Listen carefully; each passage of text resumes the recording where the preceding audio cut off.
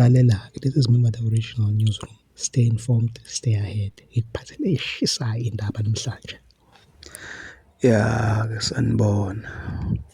Ngicabanga uzoba-ke bafowethu nikhumbule ukuthi la kwinhlangano yethu umkhonto wesizwe sisahlelwe ifu elimnyama ladlule khona-ke amanye amalungu ethu ebesiwathanda kakhulu nebesiwakhonza kakhulu.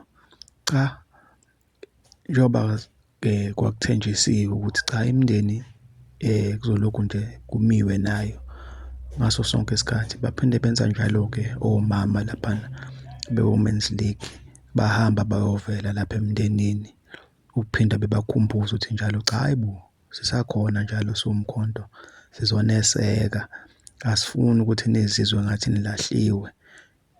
Bahambile komama baya laphana bahambisa umkhuleko,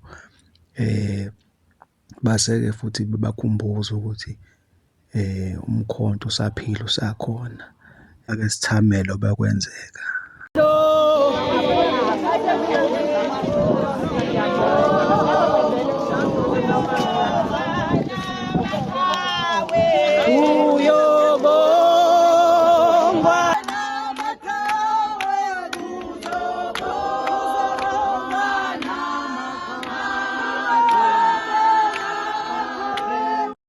Uthesa kwenzeke kanjalo ke uNkulunkulu angithi bazalwane uma singabaKristu siya understanda ukuthi okwakwenzeka kwi-Old Testament noma before Christ kwakuyi-experiment noma kwakuwumzekelo wento ezokwenzeka noma kwakwendulela i-reality. Njengoba sonke saqala sadlala odolo si-practice ukuba omama. Amen bazalwane. Sadlala imishado si-practice ukuba omakoti. Kanjalo-ke kwi-Old Testament uNkulunkulu wayenza leyo nto kuzoqala i-New Testament. So uJesu wayeveza ukuthi okholwa uJesu uma uyovuma. Amen bazalwane. But praise God ukuthi thina sihlele kulesi sakhiwo esakhiwe ngodala. Sona esaqalekiswa ukuthi mina se-Eden sizobuyela enhlabathini. Njengoba kusho ukuthi emlothweni enhlabathini. But praise God ngoba umuntu ongabonakali ohlele kule container yena unophilo phakathi. Yena uzovuka uma zala noKristu.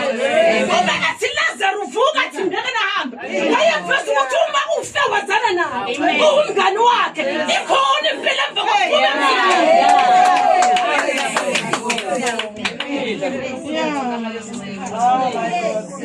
Egameni likaJesu siyabonga baba wethu namandla wena wehlula ukwehluleka.